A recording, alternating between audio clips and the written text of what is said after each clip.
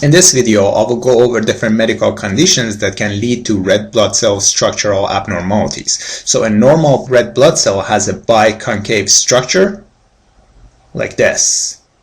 And so this biconcave structure will increase the surface area, as a consequence of which there would be more interaction between the red blood cells as well as the serum blood gases.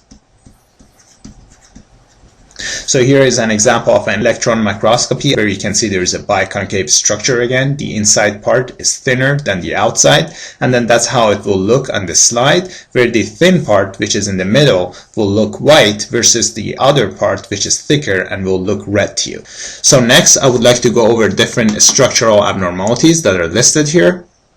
The first condition is acanthocytes or spare cells, which are seen in liver disease or in patients with A-beta lipoproteinemia.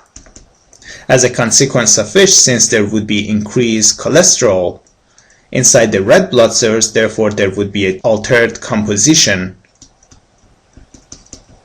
of a red blood cell membrane, which gives it the spare cell appearance shown right here. The next condition is teardrop cell, which is seen with myelofibrosis, where the bone marrow is being replaced with a fibrotic tissue, as a consequence of which the red blood cell will now have to squeeze into the fibrotic tissue, as a consequence of which it gives them the teardrop appearance shown right there. So here, fibrous tissue of the bone marrow.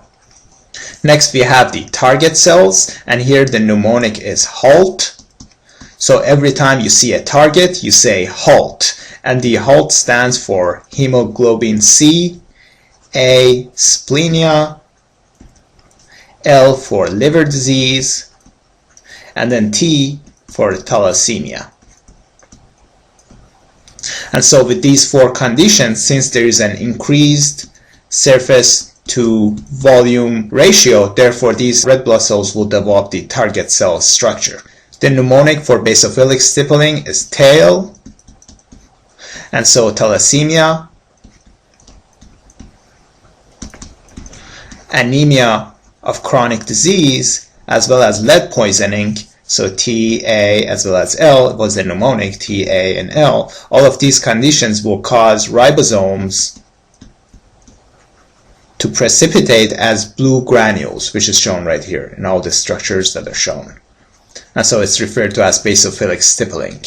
And then next we have the Bite cells and Haynes bodies, both of which are seen with the G6PD deficiency. So I would like to take you through the pathway of the G6PD. So glucose 6-phosphate dehydrogenase is the enzyme that will convert the glucose 6-phosphate into NADPH, and NADPH helps to form the glutathione. And glutathione is an antioxidant. And so if there is problem with the G6PD, which is actually an X-linked recessive disorder, then there would be low levels of glutathione, as a consequence of which the red blood cells will become oxidized and form the Haynes bodies, and then when Haynes bodies are removed by the macrophages, it will cause formation of Bite cells. So medications that can increase the oxidation of the red blood cells include dapsone, aspirin, quinidine, primaquine, nitrofurantoin, and sulfite drugs. So what these medications do is that they will cause hemolysis,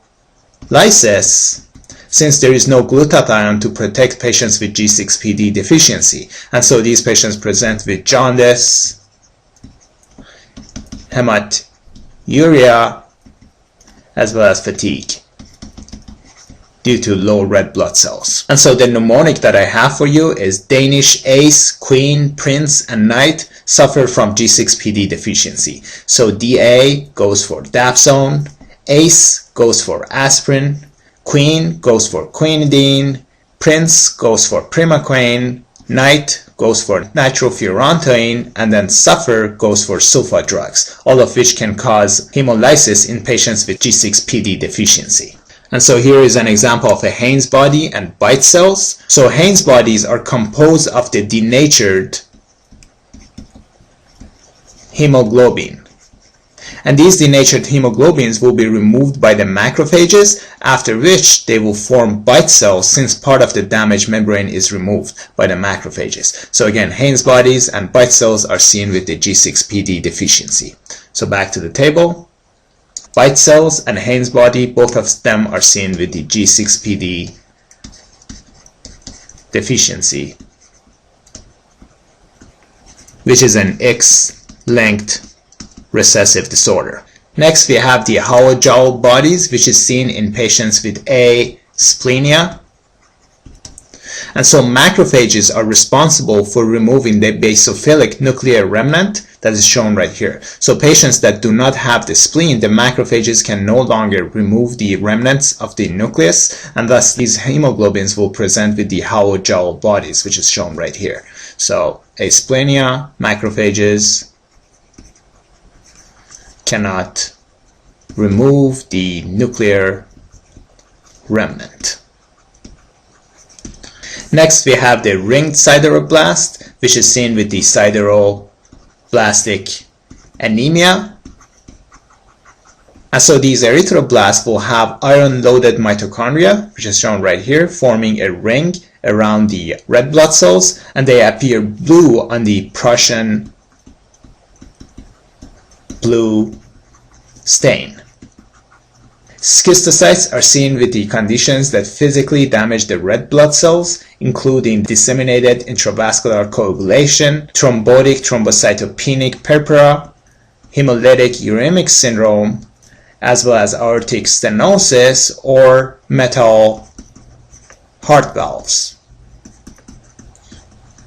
So with the first three conditions, there are platelets that will coagulate, as a consequence of which when these red blood cells will hit the blood clots, therefore part of their structure will be damaged, giving them this helmet cell structure or the schistocytes. Likewise, with the aortic stenosis and metal heart valves, these are too harsh for the red blood cells, which are hitting them at the high speed, as a consequence of which their membrane will get damaged and form the schistocyte or helmet cell structure. Elliptocytes is seen with the hereditary elliptocytosis, where there is a problem with the cell membrane. Sickle cell is seen with the sickle cell anemia, where there is a substitution of the valine amino acids for the glutamic acid in the beta chain. So you know the adult hemoglobin is made of the alpha 2 and beta 2. So there is problem with the beta chain where the valine has replaced glutamic acid. As a consequence of which, these red blood cells will form this sickling structure once they are deoxygenated. And the sickling structure will cause a pain referred to as vaso-occlusive crisis. And so these patients will usually present, for instance, with pain in their digits. And so one treatment option that is available for patients with sickle cell anemia is to give them hydroxyurea, which will enhance formation of the fetal hemoglobin. And fetal hemoglobin is made of the alpha 2 gamma 2. And so since there is no more beta chain in this hemoglobin, it will help resolve some of their symptoms in patients with sickle cell disease. And then finally, we have this spherocytosis, and this is a hereditary condition due to the defects in the spectrin or ankyrin membrane protein, as a consequence of which there would be less membrane to make the red blood cells. So since there is not much space anymore, they cannot form the biconcave structure.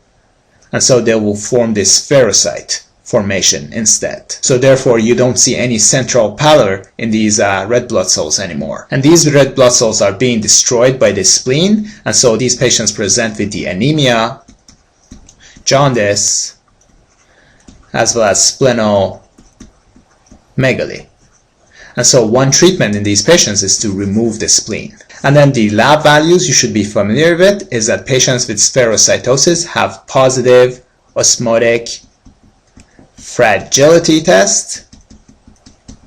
And then there is also an increased mean corpuscular hemoglobin concentration, meaning that the concentration of a hemoglobin in a given volume of packed red blood cell has been increased. So keep in mind, positive osmotic fragility and increased MCHC is seen with the spherocytosis. Now, if the question asks you, the patient has spherocytosis, the spleen is removed, what other condition will you see in this patient after the removal of the spleen? Then you have to know that it will be the Howell-Jowl bodies that now will be present, because Howell-Jowl body was the nuclear remnant that is normally removed by the splenic macrophages. So if the spleen is no longer there, therefore there would be formation of Howell-Jowl bodies. And that concludes our discussion.